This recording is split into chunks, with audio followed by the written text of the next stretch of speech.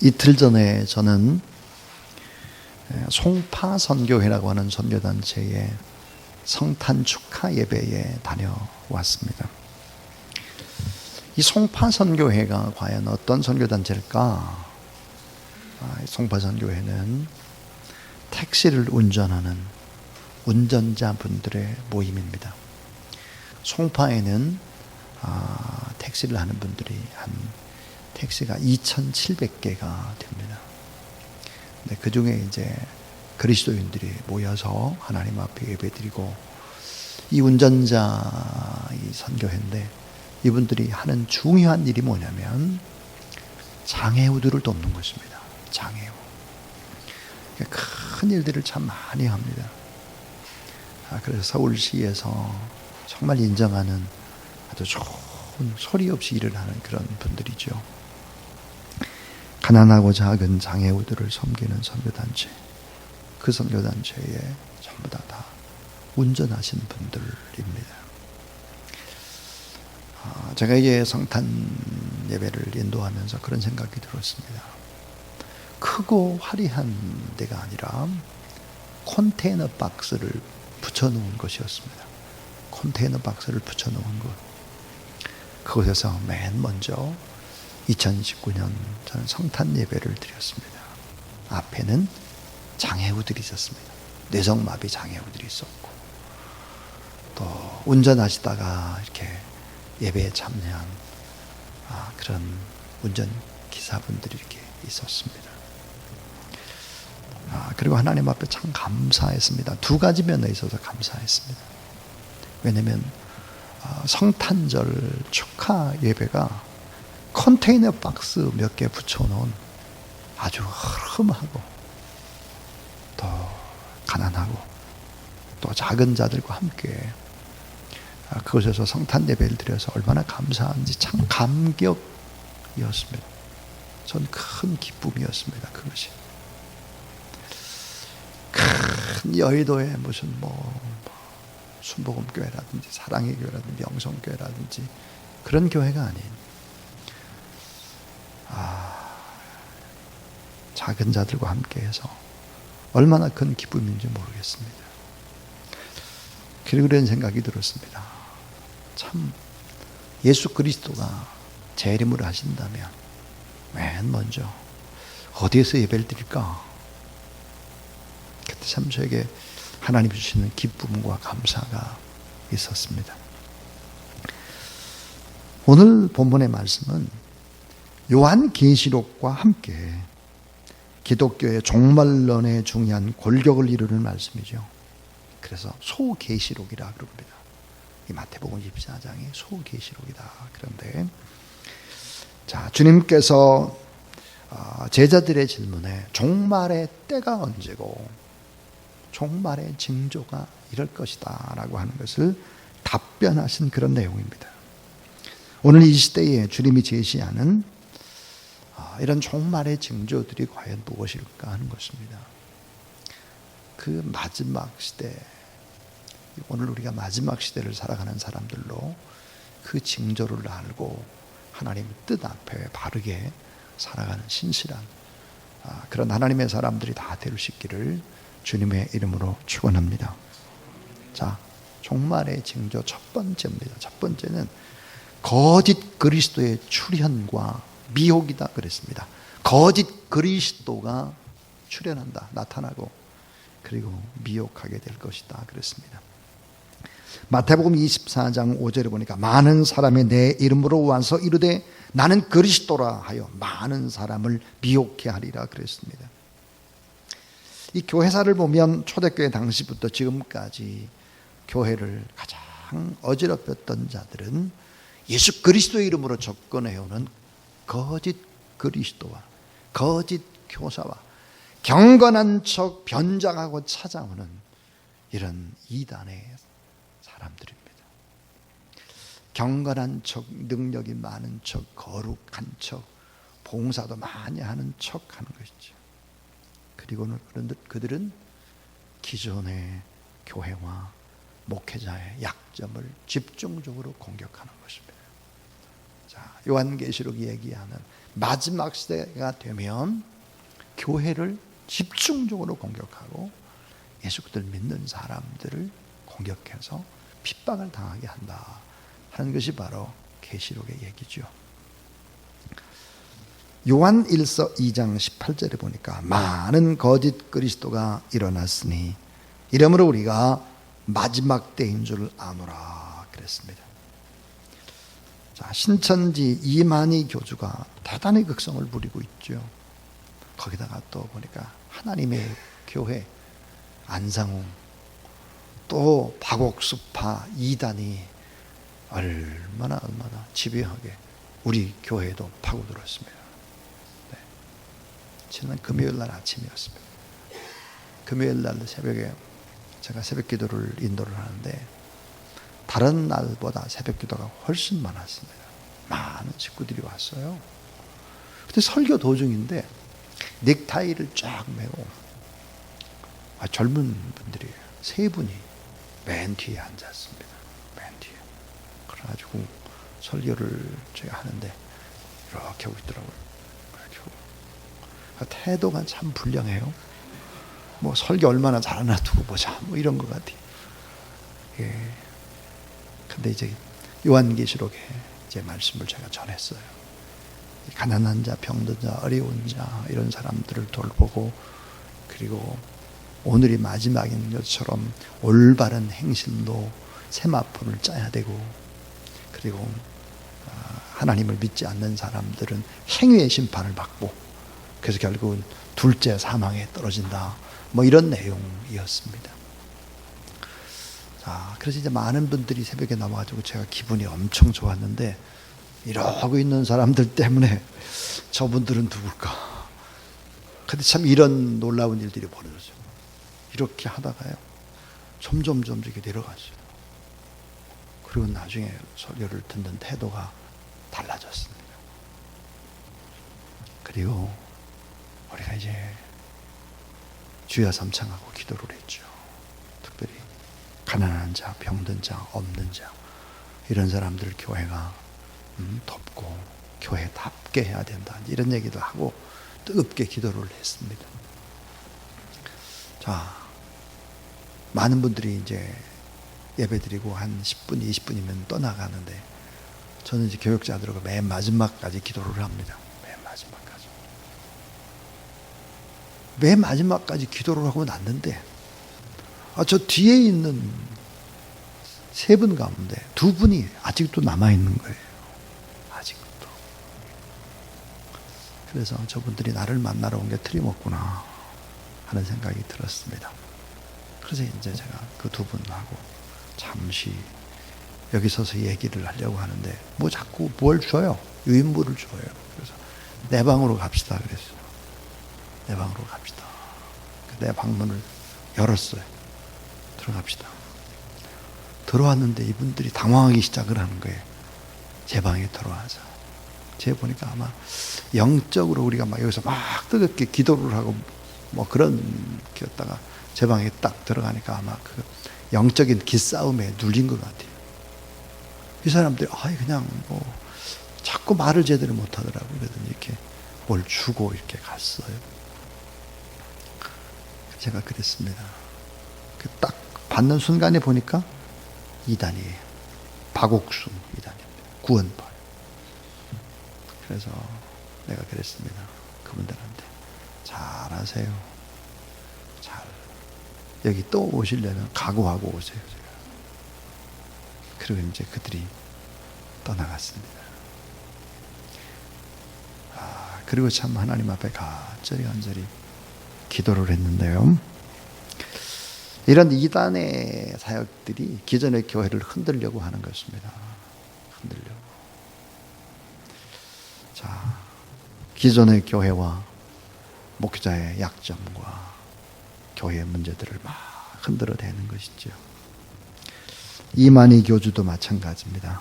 성남에서 가장 큰 교회 가운데 하나가 성남 순복음교회였는데요. 엄기호 목사님인데 성령교회로 건축을 하고 이전을 했습니다.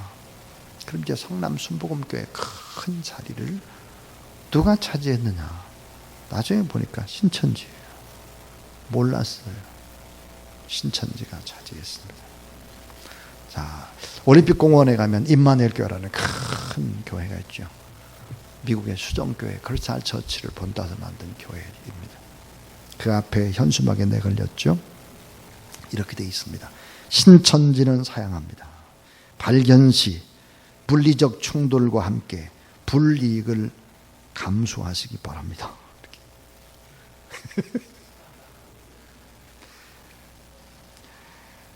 참 이런 이단의 세력들이 계속해서 일어나는데, 원어성경 대전에 보니까 한국에 약 80여 명의 거짓 그리스도가 있다라고 소개하고 있습니다. 한 80여 명의 거짓 그리스도가 있다는 거예요. 이 종말의 징조입니다. 두 번째입니다. 종말의 징조 두 번째가 뭐냐면, 따라하세요. 기근과 지진이 발생한다. 기근과 지진이 많은 민족에게서 일어나기 시작한다 그랬습니다. 7절 말씀입니다. 우리 주님은 종말의 때 곳곳에서 난리와 기근과 지진과 전쟁의 그런 소식들이 들리게 될 것이다. 특별히 천재지변 같은 자연의 재앙과 이것저것에서 터지는 전쟁과 이상기후의 현상들이 일어나게 될 것이다. 그래서 예측할 수 없는 그런 기후의 변동들이 일어나게 될 것이다 그랬습니다. 지진의 횟수를 분석을 한 거 보니까 16세기에 153회, 17세기에 378회, 18세기에 640회, 19세기에 2119회, 20세기에 4056회. 점점점 우리나라에도 지진에서 안전지대는 결코 아니죠. 자, 아이티 지진이라든지 칠레 지진이라든지 뉴질랜드 크라이처치의 지진이라든지 일본의 어떤 쓰나미 같은 이런 일들을 쭉 보게 되면 그 횟수가 점점 늘어가고 있습니다. 우리나라도 마찬가지 아닙니까? 포항. 제가 지난 가을에 포항에 갔는데 포항의 지진의 사건은 아직도 마무리되어 있지를 않았습니다. 아직도 그때 지진의 피해자들이 체육관에서 이렇게 살고 있었습니다. 아직도. 우리나라도 마찬가지죠. 자, 자연재해나 인간의 타락이나 전쟁과 기근의 공포 속에 우리가 살고 있기 때문에 세상의 끝이 온 것처럼 이야기하는 것은 성경을 모르는 것이죠. 이것은 재난의 시작일 뿐이다. 세상의 끝 종말은 결코 아니다 하는 거예요. 왜 세상의 끝 종말이 아닐까? 그 이유는 무엇일까 하는 거예요. 세 번째 이야기입니다. 세 번째. 자, 세 번째는 예수 그리스도를 믿는 것 때문에 고난받아요. 고난받고 그 다음에 따라하세요. 불법이 성하고 사랑이 식어지리라. 예수 그리스도를 믿는 것 때문에 고난받고 불법이 성하고 사랑이 식어지리라. 사랑이 식어지리라. 마태복음 24장 9절. 그때 사람들이 너희를 환난에 넘겨주겠으며 너희를 죽이리니 너희가 내 이름을 위하여 모든 민족에게 미움을 받으리라 그랬습니다. 많은 사람이 시험에 빠지고 서로 미워하고 불법이 성하고 그리고 사랑이 식어지리라 그랬습니다.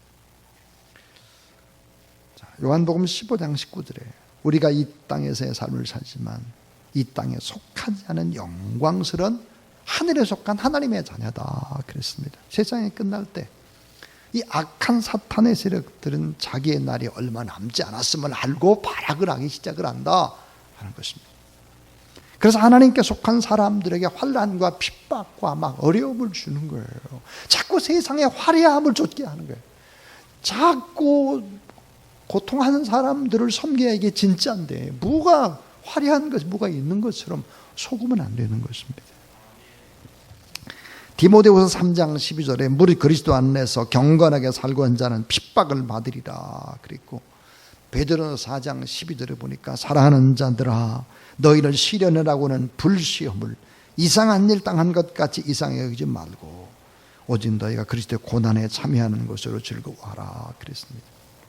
핍박이 있고 불시험이 있다. 근데 마지막 시대의 특징이 뭘까? 사랑이 식어진다. 동시에 뭘까요? 자기 사랑은 극대화되는 거예요. 자기만 아는 거예요. 자기. 그리고 디모데후서에서 말하는 마지막 시대의 특징이 뭘까? 돈만 아는 거예요. 돈을 너무너무 사랑하는 거예요. 사랑이 식어지리라. 자기 자신 사랑은 극대화되리라. 돈. 별것도 아닌 돈 그거. 이 돈을 너무 사랑하게 될 것이다. 또 하나 쾌락을 사랑하게 되어서 쾌락. 그러니까 이런 사회는 뭘까요? 원망과 분노와 비판과 배반, 신의를 지키지 않아요. 이런 시대가 될 것이다 그랬습니다. 오늘 마태복음 24장 10절부터 12절을 한번 잘 보세요. 마태복음 24장 10절부터 12절에 보니까 세상의 흐름을 많은이라는 단어로 압축하고 있습니다.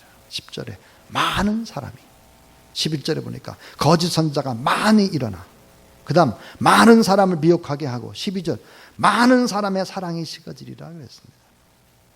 많은 거대한 어둠의 쓰나미가 동조를 일으키게 될 것이고, 그리고 영적으로 깨어있지 않으면 어느새 우리 자신도 시대 풍조에 휩쓸려 떠나가게 될 것이다 그랬습니다. 이 다수의 흐름에 소수는 쉽게 동화되는 것이죠. 거대한 쓰나미 앞에 그냥 나도 모르게 그냥 가요. 나도 모르게 사랑이 식어지고 자기 사랑 극대화, 돈도 하고 쾌락 사랑하고 대신에 그냥 비판하고 원망하고 막 이런 어리석음에 쏘고만 안 되는 것이죠.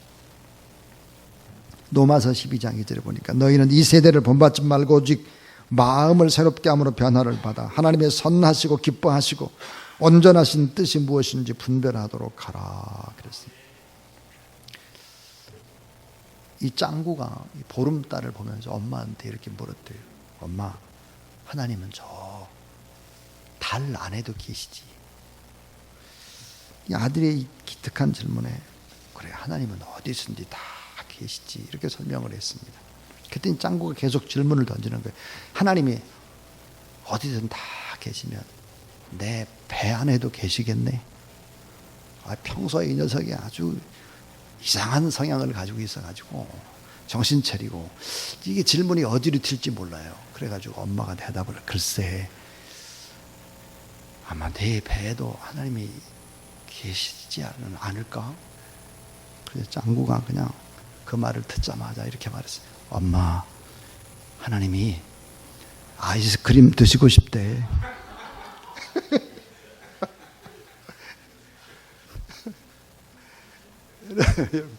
하나님이 원하는 게 뭐겠습니까? 하나님이 원하는 게 이 종말의 때 하나님이 원하는 게 있어요. 아이스크림이 아니고 이건 정말 하나님이 정말 종말의 때 원하는 게 있어요. 왜 종말에 많은 그 시대의 흐름들을 우리가 볼 수 있지만 아직 종말이 아니다라고 말을 할 수밖에 없느냐 그러면 그 이유는 마지막 맨 끝날의 징조 하나가 남아있기 때문입니다. 그게 뭘까요? 그 네 번째예요. 따라하세요. 모든 민족에게 복음이 전파돼야 한다. 예. 그때 끝이 온대요. 모든 민족에게 복음이 전파돼야 된다 그런 거예요. 자, 마태복음 24장 14절. 이 천국 복음이 그랬어요. 이 천국 복음, 천국에서 시작된 복음, 모든 민족의 복음, 증거되기 위하여 꼭 증거돼야 할 복음, 온 세상에 전파되리니 온 세상의 복음, 그제야 끝이 오리라. 끝날까지 함께하는 복음이. 그래서 이 복음이 모든 민족에게 전해져야 된다. 여러분, 나라가 아니에요. 나라가 아니라 민족이라고 그랬어요. 민족. 피플입니다. 피플. 근데 이것도 보면 정말 마지막 때가 가까웠다라고 하는 것을 알 수 있습니다. 왜냐하면 지금부터 한 20년 전, 20년 전에만 하면 아직도 복음을 받아들이지 않는 미전도 종족이 11,000개 정도가 됐습니다. 11,000개. 미전도 종족, 이 피플이. 근데 이 산업이 발달하고 또 SNS가 발달하고 이러면서 이 복음을 받아들이지 않았던 11,000개의 미전도 종족 가운데 복음을 쫙 받아들여가지고 지금은 몇 개 정도 남았느냐. 11,000에서 1,400개 정도 남았습니다. 1,400개. 얼마 남지 않은 걸요, 그러니까. 점점. 그리고 이게 복음이 폭발적으로 증거될 수밖에 없는 것이 뭐냐면은 시골, 산골 이런 사람들이 도시로 모이는 거예요. SNS가 있는 거예요. 그러니까 복음이 민족의회로 다 들어가기 시작을 한 것이죠. 빨리 복음이 증거되고 있는 것입니다. 자, 마태복음 24장 14절을 꼭 다시 한번 보겠습니다. 14절 여러분의 성경책에 꼭 표시를 해야 합니다.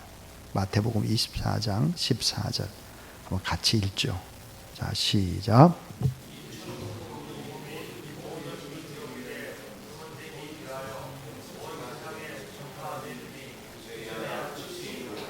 자, 이 복음의 성격이 5가지예요. 천국에서 시작된 복음이에요. 복음. 천국에서. 이 땅에 시작된 게 아니에요. 천국에서. 결국은 이 복음의 모든 완성도, 회복된 에덴도 요한계시록에 보면 다시 천국이에요. 자, 천국에서 시작된 복음. 모든 민족의 복음. 증거되기 꼭 증거돼야 할 복음. 온 세상에 전파되려 온 세상의 복음. 끝이 오리라. 끝날까지 함께 해야 할 복음이에요. 그래서 이 모든 민족의 복음이 전파돼야 하는데 지금 보니까 점점 미전도 종족의 수가 아주 기하급수적으로 줄고 있다는 거예요. 꼭 기억을 해야 합니다.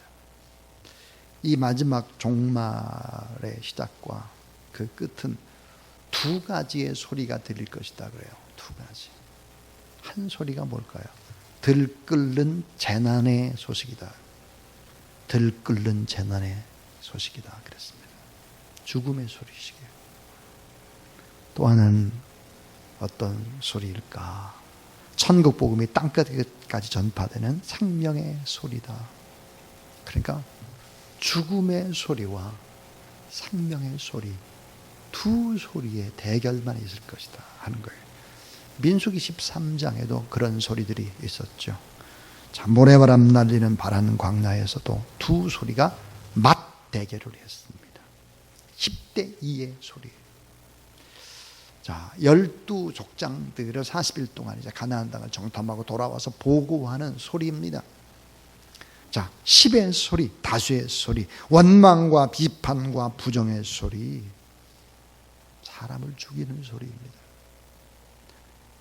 2 사람의 소리, 여호수아와 갈렙의 소리는 능히 이기리라. 여호와 하나님의 힘으로 그랬습니다. 결국은 이 세상의 모든 소리들은 2개밖에 없어요. 2개. 생명을 주는 소리냐 아니면 죽음을 주는 소리냐는 거예요. 마지막 종말에도 결국은 이 2 소리만 남게 될 것이다 하는 것입니다. 베드로후서 3장 11절 12절에 이 모든 것이 이렇게 풀어지리니 너희가 어떤 사람이 되어야 마땅하뇨 거룩한 행실과 경건함으로 하나님의 나라에 임하기를 바라보고 간절히 사모하라. 그날에 하늘이 불에 타서 풀어지고 체질이 뜨거운 불에 녹아지려니와 그랬습니다. 끝까지 깨어있고 사랑과 섬김으로 결국은 복음을 증거하는 그런 아름다운 삶들을 살아갈 때 하나님께서 여러분을 통해서 큰 역사 이루게 될 것이다. 영원한 하나님의 나라 바라보며 마지막 시대를 오늘 하나님 앞에, 오늘이 내 인생의 마지막이다 생각을 하고 오늘 온전히 사랑하고 섬기고 나누고 또 작은 자와 함께하는 그런 귀한 여러분이 될 수 있기를 주님의 이름으로 축원합니다.